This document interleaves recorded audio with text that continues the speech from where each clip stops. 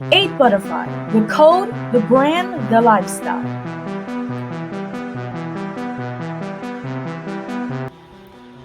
Greetings, Mr. KHAOS being Cypher here with another share. I want to thank everyone for tuning in to yet another chapter of Occult Reviews. In this chapter of Occult Reviews, we're going to be investigating what is this Black history? What is this month truly all about? I guess that answer will be different for every person, right? Because it truly depends on the fulcrum or your perspective of self. Who do you see yourself as? Is your fulcrum from your persona? Or are you coming from your sentient divine self? When you call yourself, when you're speaking about the self, I, when you refer to yourself as I am here, this, that, whatever, I, this, whatever. Who are you referring to? Are you talking about that person on the paper? The straw man that they define and that they control? Place into these little races, categories to operate within their fields, aka societies? Who are you? What's your perspective of self? Because that's gonna define Black history and what it means for you. Now when they talk about his story, whose story is it? The person who won the conquest, of course. Now when we investigate the persons who won the conquest and we check out their history, we realize that these people might not be the type of people you might want to believe ultimately when they present any information. And we know that they will deceive you even unto death. So understanding these things to be true, not a fiction, not a thesis, but actually true, that you can trust these people that wrote this history and that we exist beyond the physical. So you can't start from the persona that they would have given you. And then you can't believe the story that they gave you about the persona. And if you investigate the straw man, you'd realize that you might not even want to connect that much with the so-called race or persona or straw man, the person that exists on the paper that they gave you. So then what is this Black History Month then? What are you really celebrating if you do celebrate it? And what are you really observing or commemorating if that's what you do? What is it really about? We're gonna start to dive down this rabbit hole that we call Black History and try to figure out the true story, our story, because we know it exists beyond the persona that they gave us, beyond this race that they gave us to oppress us, this name that they gave us.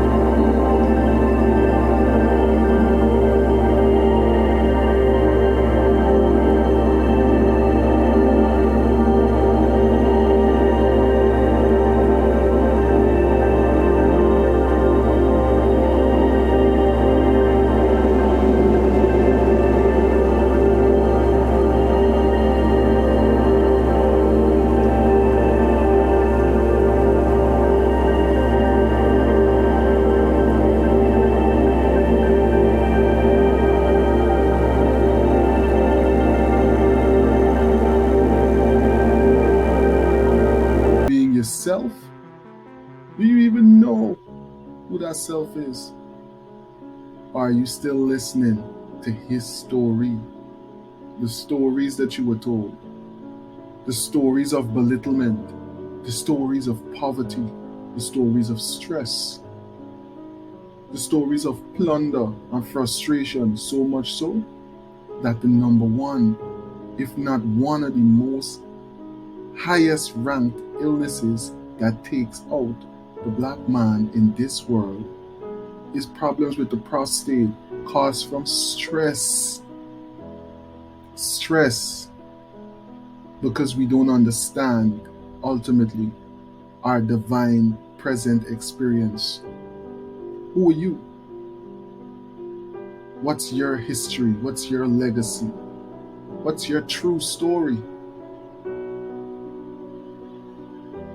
Indentured servitude could have been continued for black and white servants of both groups, could have been reduced to slavery. Other options were Indian slavery and a free labor system for blacks and whites, Indians and immigrants, socioeconomic forces, a worldwide demand for sugar and tobacco, and the development of capitalist planting techniques based on the use of down labor tilted the structure in the direction of black slavery. To understand this fact in its fullness, we have to notice first that the rulers of the colonies were not overly scrupulous about the color or national origin of the workforce. They tried Indian slavery, and they also tried to enslave white men and women. Before the Mayflower 45, when these attempts failed, the spotlight fell on Africans who were tried and found not wanting. How explain this? The explanation is to be found in the situations that defined Africans and Europeans and Indians. Whites, to begin with, were under the protection of recognized governments. They could appeal to a monarch or to white public opinion. Whites, moreover, were white. They could escape and blend into the crowd.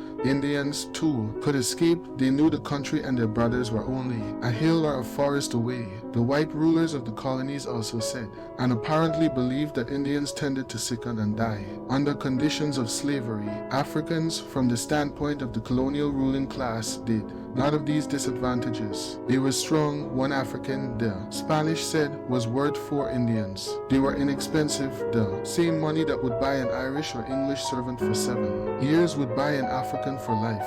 They were visible, they could run, but they could not blend into the white crowd. Above all else, they were unprotected, and the supply, unlike the supply of Irishmen and Englishmen, seemed to be inexhaustible. The rulers of the colonies fell to thinking, why not? In the fateful 60s of the 17th century, the men who ran the colonies, egged on by the slave-trading royalists of London, made a decision that would lead, step by step, to the fateful 60s of the 19th century and the fateful 60s of the 20th. Heedless of the consequences, these men decided to base the American economic system on human slavery organized around the distribution of melanin in human skin. Virginia and Maryland led the way, enacting laws in the 1660s that forbade intermarriage and made black slaves for life. Under the new dispensation, which was adopted with minor modifications by other colonies, children born of African women were ruled bond or free according to the status of the mother. Thus, white America and black America crossed the Great Divide,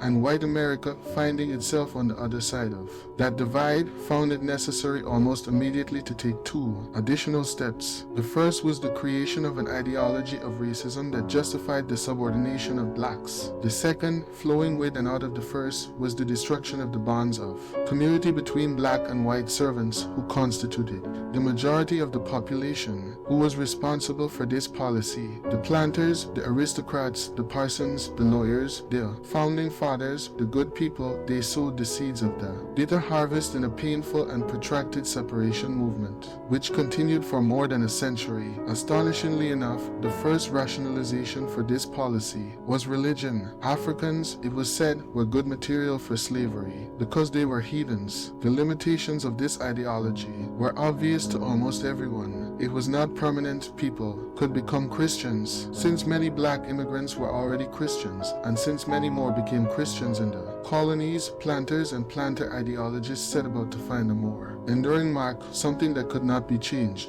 But before this step could be taken, it was necessary to clear up certain theological difficulties. Was it not a sin to baptize slaves? This question was debated with passion, and the scriptures were searched for supporting and dissenting opinions. Finally, to the surprise of almost no one, it was decided that it was a Christian duty to bring heathens into the fold of Christian civilization so their souls could be cleansed and whitened. Thus, in the end, God and prophets were reconciled, as Virginia noted in its law of 1667, the conferring of baptism doth not alter the condition of the person as to his bondage or freedom. After that it was easy. A series of laws stripped black slaves of all rights of personality and made color a badge of servitude. The black population, which had grown slowly during the twilight interim of freedom, now lunged forward. In 1710 the number was 50,000. When the Declaration of Independence was signed, there were 500,000. When the Civil War opened, the 20 black seeds of Jamestown had become 4 million. Where did these people come from? How did they come? Why did they come? Most of the slaves came from an area bordering a 3,000-mile stretch on the west coast of Africa. They came chained 2 by 2, left leg to right leg, from 1,000 villages and towns. They came from many racial stocks and many tribes, from the spirited Haussas, the gentle Mandingos, the creative Yorubas, from the Igbos, Efiks and Crews, from the proud Fantins, the courageous Ashantis, the shrewd Dahomeans, the Benis and Senegalese. Some of these slaves were captured in African wars and sold to slave merchants who sold them to Europeans. Many were kidnapped by Europeans and Africans. Some were sold into slavery for infractions of African laws. Certain captives made forced marches of 500 miles to the coast, where they were examined like cattle and packed into the holds of ships. They came on these forced marches across rivers and over mountains, barefooted and naked to their enemies, with chains on their ankles, burdens on their heads, and fear in their hearts. Were they these people who gave to the world the black American? Were they the dregs of society? No, the strong came, and the weak too, priests, princes, warriors, merchants, and Nobles came. Slave traders said that it was not at all unusual for an African to sell an African today and to be captured and sold tomorrow. The story is told of a major slave merchant who sold a parcel of slaves and unwisely accepted a social drink to seal the transaction.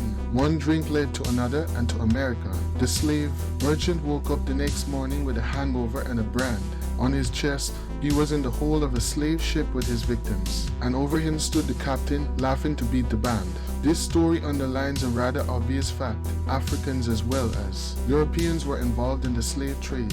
There has been a systematic attempt, however, to overemphasize the degree of African involvement. The picture of a whole continent of Africans kidnapping and selling one another for rum, guns and gewgaws is wide of the mark. It is true that some Africans, corrupted by Europe's insatiable desire for human flesh, sold their countrymen. But many Africans, like King Olmami and Captain Tamba, knowed the whole business and forbade their subjects to take part in it. Thus, to cite only one example, Mani Congo, the ruler of a Congo state, tried to end the trade in 1526. In a strong letter to John III of Portugal, he said, "We made from kingdoms no other than priests and people to teach in schools, and no other goods but wine and flour for the holy sacrament. That is why we beg of your highness to help and assist us in this matter, commanding the factors that they should send here neither merchants nor wares, because it is our will that in these kingdoms of the Congo there should not be any trade in slaves or markets for slaves. This would be a different world." So now we see that slavery wasn't a thing that was originally prescribed only, or that was only experienced by so-called melanated people. We were selected because among the people at that time, we were the easiest to enslave. It was a choice. Other persons were slaves at the same time too. Other persons were being sought for enslavement. By who? Them. By who? The rulers of the colonies.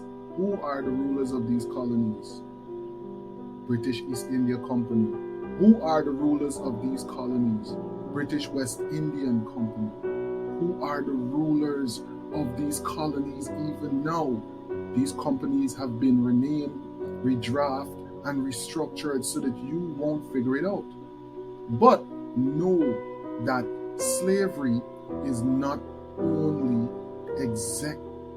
but know that slavery was not only for black people at that time. Slavery was for everyone that was a part of the colony and found themselves to be at the lower part of society when it comes to financial attainment.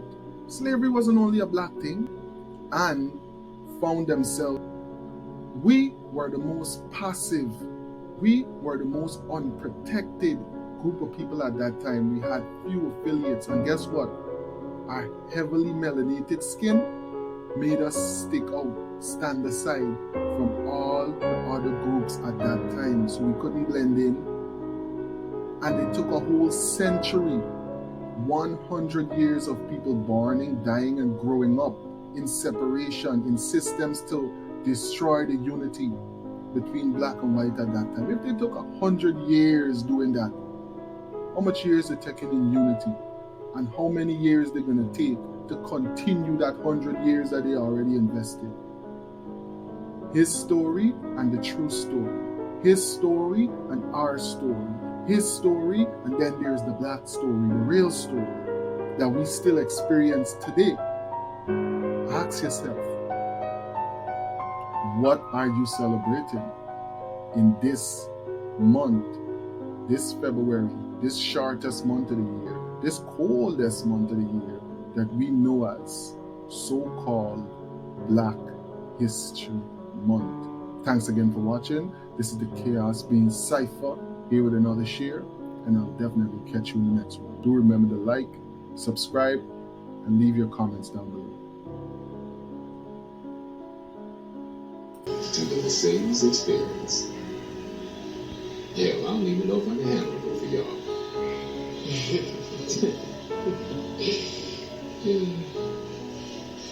haven't been able to stop thinking about it. Don't worry, he can't hear us over the blender. He swears by his all-natural sex potion, but it's just Irish moss and Viagra. The coach sees us when we be